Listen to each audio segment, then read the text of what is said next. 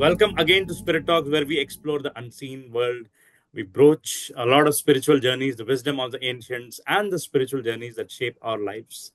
This is a space where stories of transformation, healing, and divine connection come to life. Today, yet again, we have our lovely guest, someone whose work bridges the past, present, and future, as she said, uh, guiding us to the sacred paths of wisdom and self discovery. About her spiritual journey and her association with Black Elk as well. So, let us again embark on a profound journey with this lovely and beautiful lady, Eliza White Buffalo. Eliza, welcome again.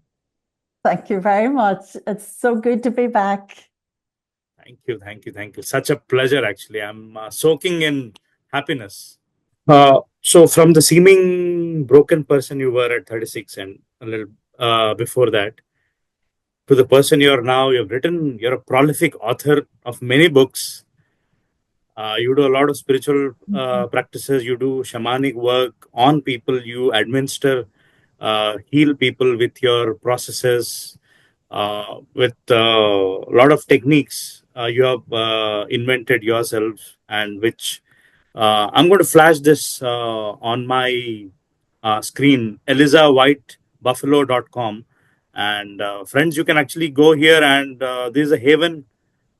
There's more like a spiritual spa where you can enjoy yourself, have a wonderful retreat, read her books, take her courses, and all the events she's conducting online. And even if it is in person as well, she's going to put it on the website. Uh, to the kind of person you became, what a beautiful website as well. You have written the Two Roads, the Four Ascents, the Childhood Diaries, Thank you. the Two Roads trilogy, and Mm. you integrated yourself with Black Elk. You read that book in and out. You imbibed it, each word.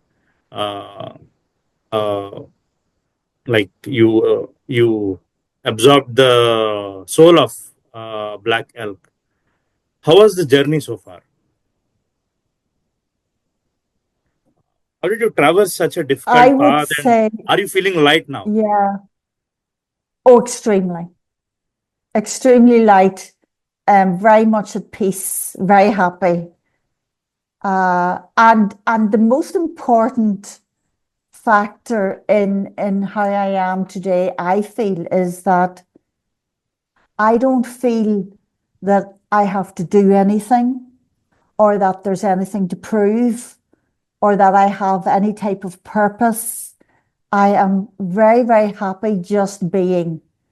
So to go from just being from a place of wanting to get off this planet completely, wanting everything to end, that's quite a journey. And it was very, very difficult at first, extremely Mm. difficult. But from the moment I had the awakening, and I had that spiritual awakening, Sharat, because I had a near death experience. I died for 3 minutes, went into the spirit world, met with the spirit of St. Paul or St. Hilarion, as he is, and was told that, yes, there was work. I don't like that to coin that phrase any longer, but that is sort of the classic near-death experience that I experienced. Since then, and reconnecting with Black Elk and reconnecting with myself and Black Elk's story and my story, and coming out into the world with all those beautiful healing modalities and activations that all came from spirit. They all came from Black Elk mostly, and from other guides and helpers. I have the journey got easier and easier and easier.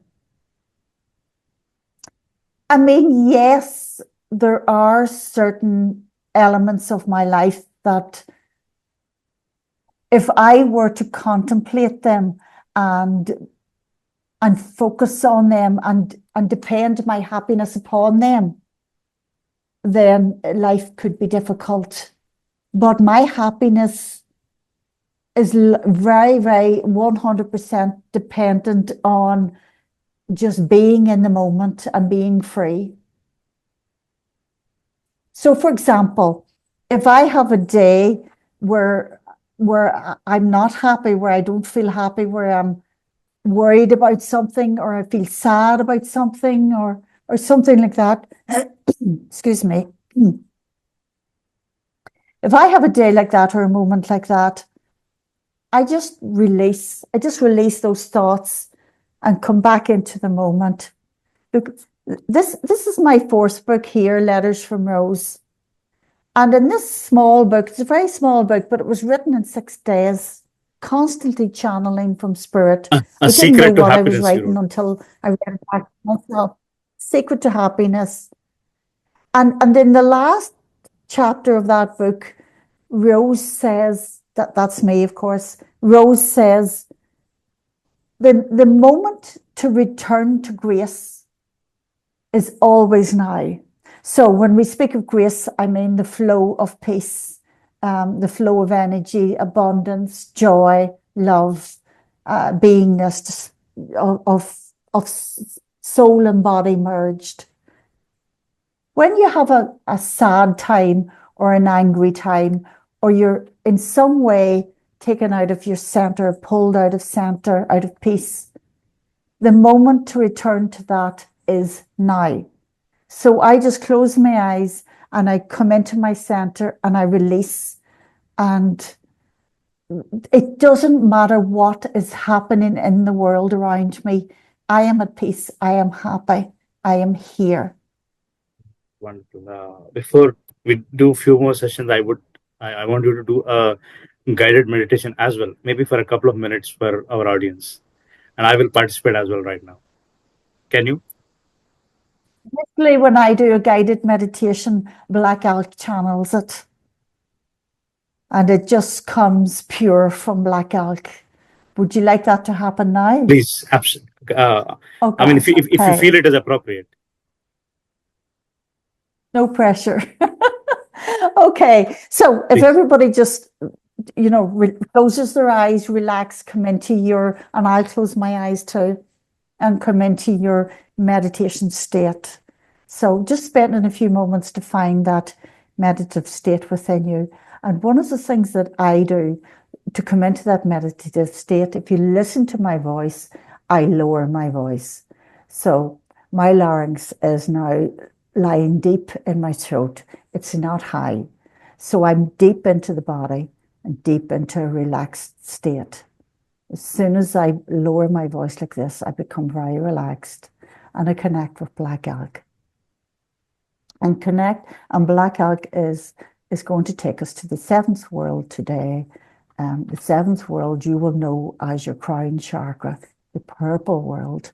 I call it the purple world because in a previous lifetime of mine, little Maria, a Mexican girl, she was a little shaman and she used to travel into the stars and onto a purple star, which she called the purple world. It was really her crown chakra where she can communicate with, with God or with Source, with the Creator. Um, for example, me now communicating with Black Elk. So Black Elk would ask us just to join our hands, not so much in a prayer fashion, but just to be able to put fingertips to fingertips, because this, and put your feet together, because this is very, very important when you wish to meditate and open doors from the lower dimensions to the highest dimensions.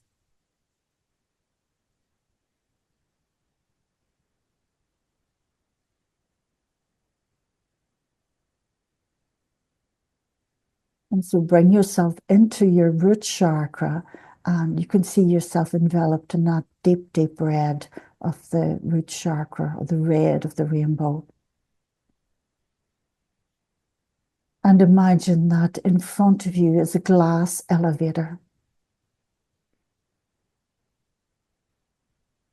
a bit like Wonka's great elevator of glass, Willy Wonka. So it's a glass elevator. and it's filled with that beautiful red color of your um your rooted state. And just open the door of the elevator and step in. This red all around you will help you to feel relaxed and safe. You don't have to know what's going to happen next. Just relax into this relaxing state. The warmth of the red, the deep, solid connection of the red, that deep, solid connection of that which you know, that's what you're comfortable with, that's which is familiar to you. Home. It's a feeling of home. So we just relax into this feeling of home. This is your home where no one can invade you. No one can interrupt you. This is where you can be totally yourself. No one else sees you. No one's aware of you, only yourself. This is perfectly a space of freedom and relaxation. Now, without even trying to make this happen, the elevator will rise. It will rise because you're not going out of your home. You're not leaving your home. You're not leaving the state of security. You're simply going upstairs. You're just going upstairs. And if you live in a bungalow, like I do, then you're just going up into the loft, out onto the roof. That's all. This is your home. This is your house. No one can invade it. This is perfectly intimate to you only. And all that you're familiar with, all that you're relaxed with and safe with. You may have a sensation of rising as the elevator rises. And you may, if you wish, visualize all the different colors of the chakras as you rise up into the purple world, into the seventh dimension. Now you see, this seventh dimension is a very special place between heaven and earth because this is where you have the security of everything that is familiar to you and everything that feels homely to you and safe to you. But also you have the security of your ancestors and of the spirit world without feeling too out there, too much in a trance, too high. What happens a lot of people when they try to connect with spirit is they try to rise up into the stars and beyond the stars, and they get very high. And many people can find connection that way, but it never feels real. It never feels lasting. And that's because you've gone out of yourself. You've gone out of body and into the astral self. It's always best to meditate within the self itself, within the physical self. So the more you can get familiar with being in your own home, being totally relaxed. Remember that Eliza said that relaxation is the key to opening up all of the intuitive senses, all of the clear senses, the spiritual senses.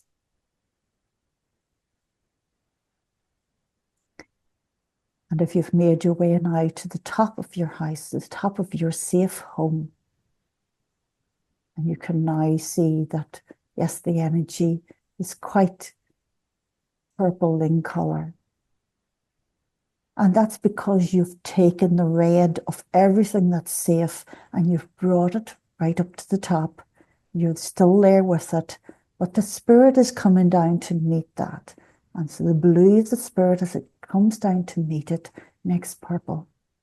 You're in a very solid place still, very safe, and very, very much connected to all that you know and all that is safe for you, but also connected to spirit and your intuitive senses and your communication with those that have passed over.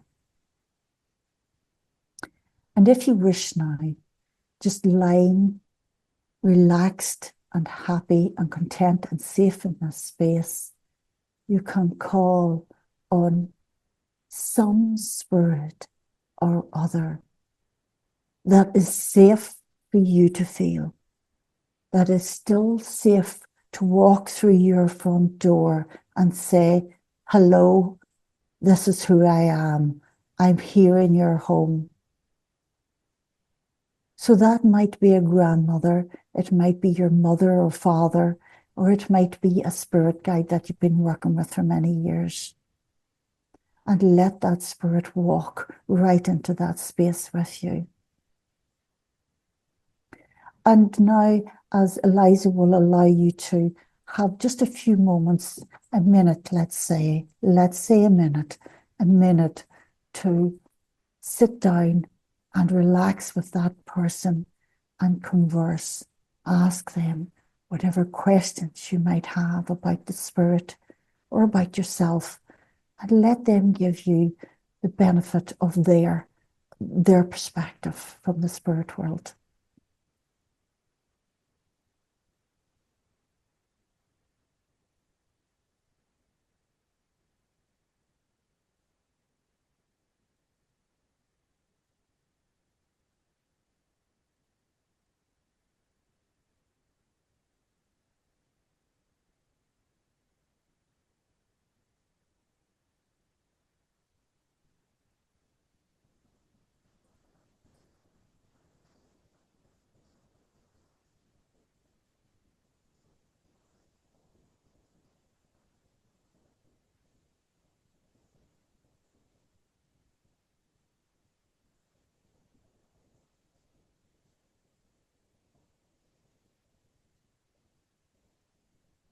Oh, oh, oh. So you see, everything is calm, everything is still safe. There's no danger. There's no feeling of falling. There's no feeling of floating away. There's no feeling of self-doubt. There is only this safe place where you're almost falling asleep in your own bed, in your own room, in your own home, with your own safe familiarity. You see, the spirit world is never far away.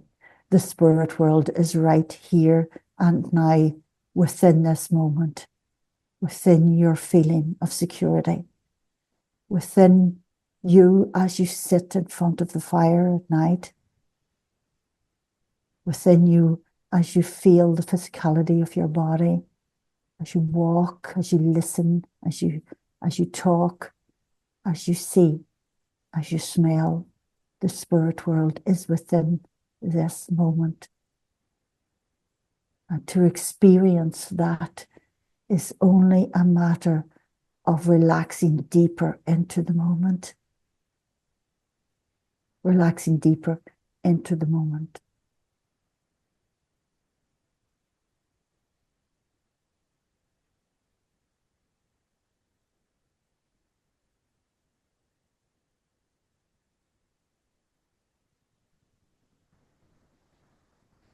And now, if you like, you can step into the elevator, you can come back to the red, or you can come down to the yellow, or you can come to the green. It does not matter.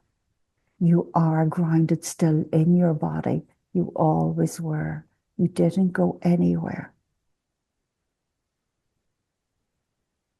So take your time and open your eyes whenever you're ready.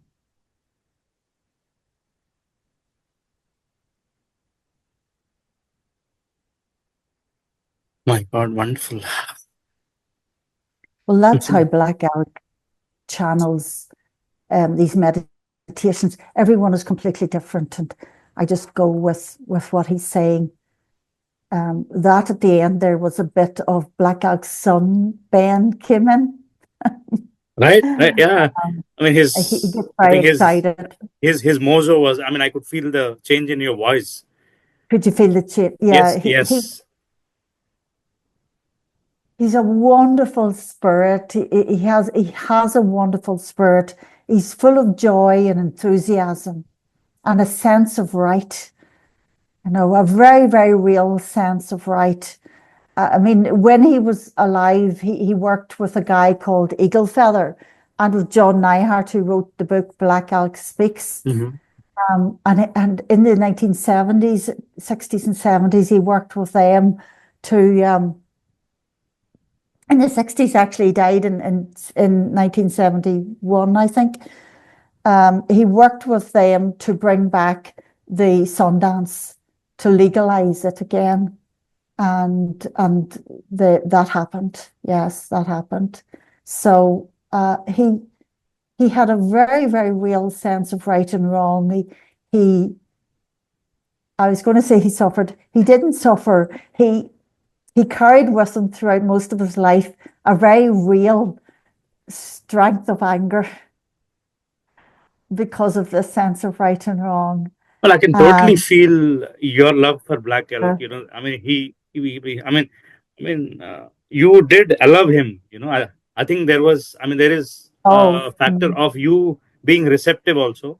I think if there was no love for him, I don't think he will feel welcome.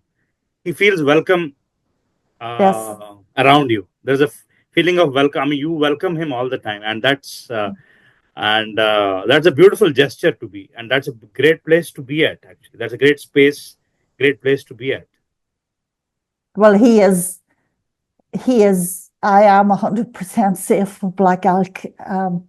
There are some spirits that might want to connect with me, but I'll have to just feel my way with them first. And, you know, it's like, would you open your front door to just anybody?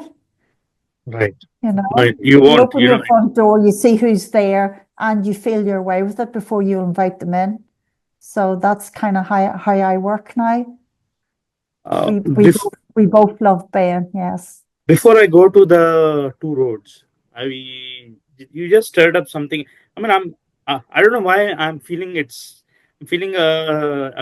a deja vu that we're talking about things. A lot of things what you say. It feels like a deja vu to me. I don't know why. Maybe I'm transported to that spirit world in that meditation as well.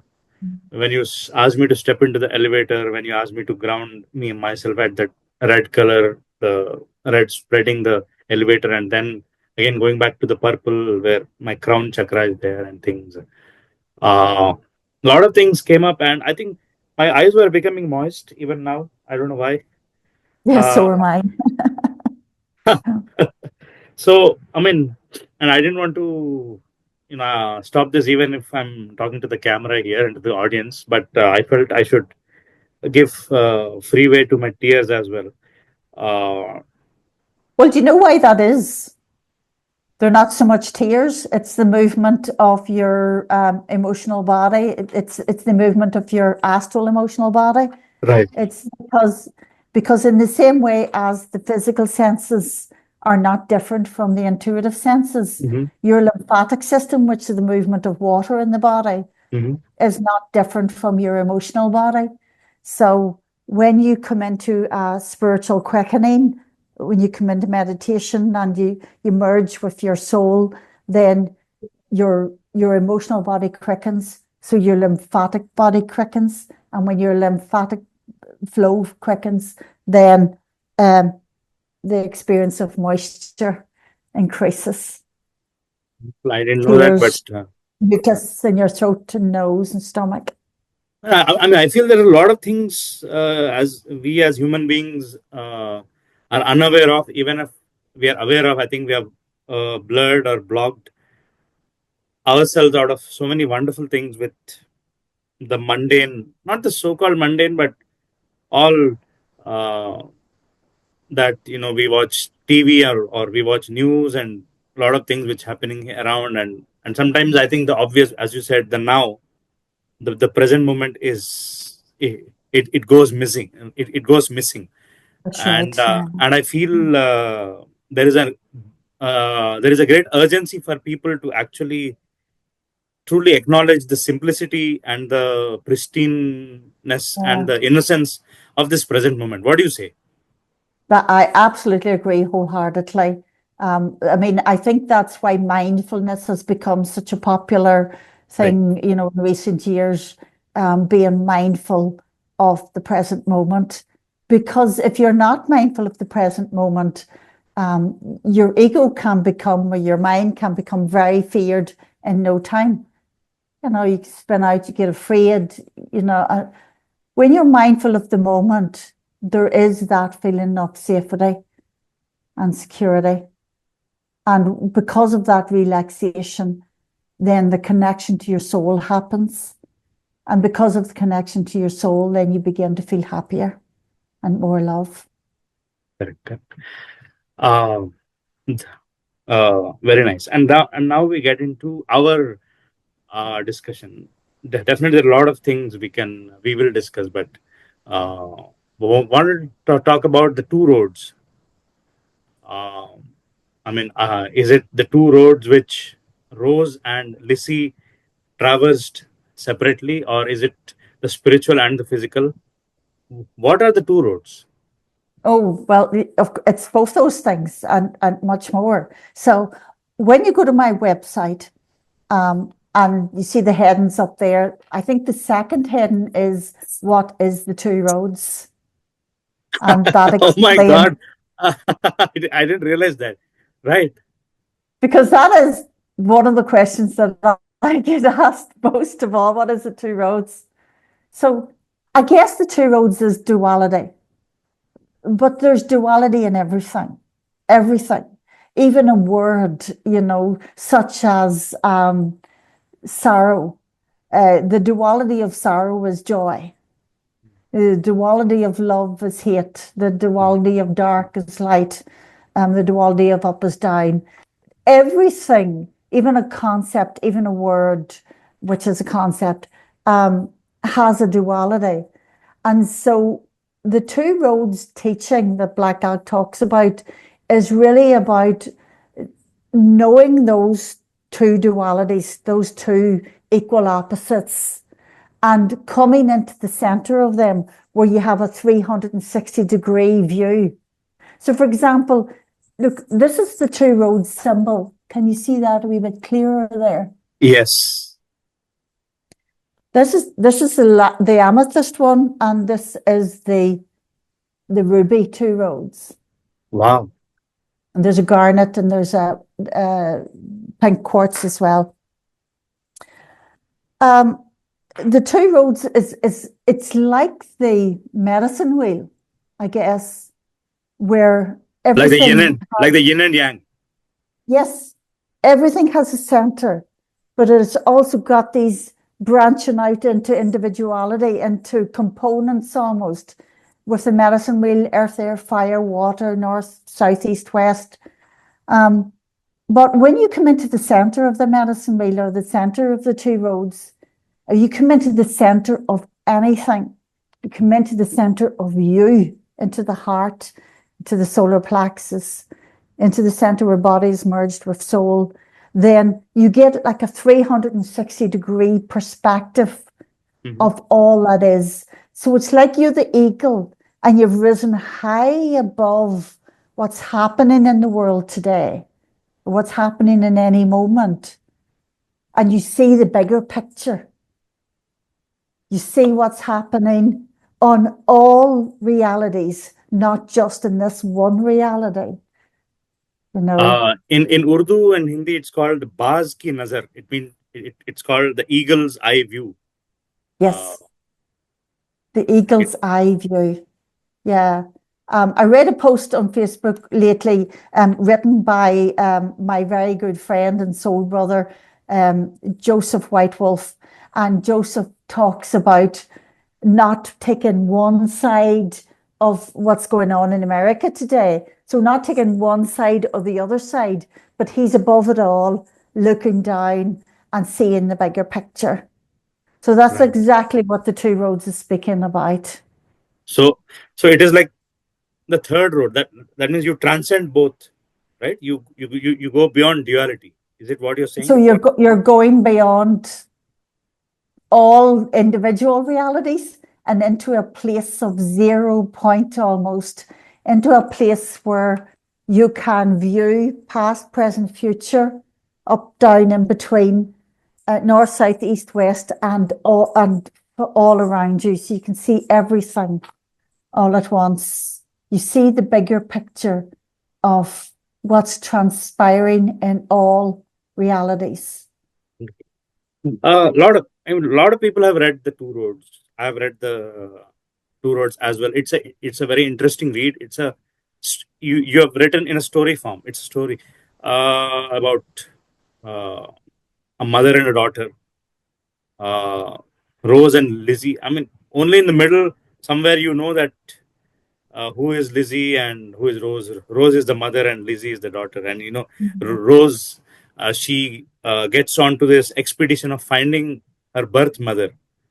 That's Kind of right. slowly, at in the middle somewhere, she starts respecting her adopted parents as well, right? Her That's uh, right.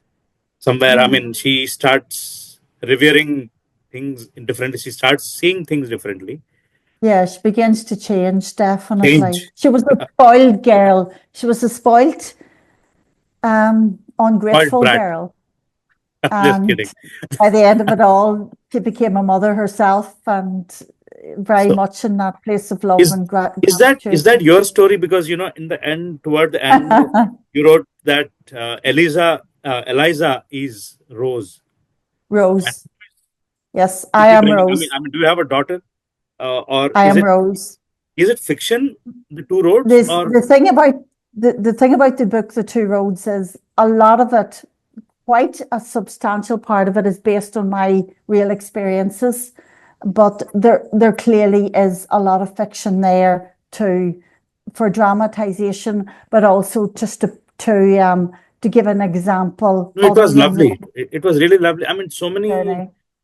elements, including the black elk, including the shamanism, and especially, I will read verbatim the prologue where you wrote. Uh, I'll just read this out. Oh, Okay. how I wish that you all would view reality through the eyes of that wisdom. My people, my beautiful, brave warrior people. In Lakota tradition, there is a saying, Mitakue Oyasin. It means all are relatives. Can you tell our audience about that? It's lovely, isn't it? Mutakure Beautiful. Rasen. Mhm. It means all our relatives, all my relations. Well, it really means that Black Elk would say everything under the moon and the sun and the stars and them themselves are all related. Everything's related. You know, when I talk about the two roads and I talk about being in the center and seeing that higher picture of all realities. So all realities are all components of this very moment, which includes you and I and outside and trees and nature and animals, other people, our jobs, your country, my country. Mhm. All those things are related. Everything is related to this very moment, which we call 0 point of here and now, where really there truly is nothing and everything at the same time. And this is the only thing that is eternal. The fact that everything is and everything is not at the same time. That is eternal. Therefore, the world will never end and spirit will always exist. Amazing. This is an eternity. Amazing. And that's 0 point. And everything, every reality, everything, as I said, was once spirit, and that spirit arose out of 0 point. So everything is of God, of creator, of 0 point. Everything was once nothing and is now something, and that is eternal.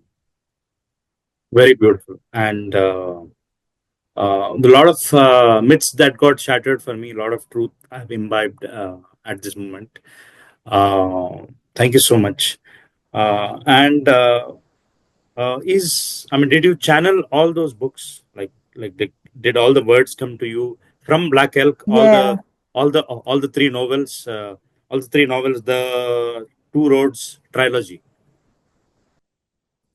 Okay. So book one really, book one is written mostly from my memories. So there's very little channeling actually done. And yet the the the pattern of the book, the structure of the book was channeled by Black Elk. And there's many messages in the book, um, which are codes from Black Elk. But I was pretty much aware of what's happening the entire time. But with book four now, that was a very different matter. Book four was more difficult for me to write because some of them were my memories, but my memories of previous lifetimes. Black Elk took over this completely and channeled it. So I was aware for a lot of the time, and then other times I would lose awareness and go into a trance. And I'm going to ask you a few questions about these books as with some story part also. But before that, I would okay, love to ask you, how do you think the readers should read? Do they read in chronology, or is there a book which yes. is very important for people, or all the three books are Uh, equally important for the readers? I think to read book one, two, three is important, but you could also just begin with book four. Letters from Rose. But each book is a story in itself. And Right. each book will, when you begin to read, you realize that yes, there came a book previously to this one, but it very, very quickly brings you up to speed with the plot or The, what's the, actually happened. yeah, So yeah, you can read any of them by themselves, but I would really suggest you read one, two, three, and then four, or just read four. So, uh, friends, it was an emotional journey with Eliza. Yet again, being grateful to her. There are many, many topics, as she said, to talk about. But we are going through the rudiments of what her teachings are, what is spirituality as such, who is spirit, and how to live about life as such. So I know that you're taking your notes. I know you're going through our website and going through our books as well. So write to us more about how you felt about this podcast, and she'll write back to you as well. And because I will convey your regards to Eliza. So see you again in our next episode. And until then, please feel free to go to the website and enjoy our series called Spirit Talks with Eliza White Buffalo. That's the crux of the day. And stay tuned. See you again. This is your favorite host, Sharat Pasumarthy.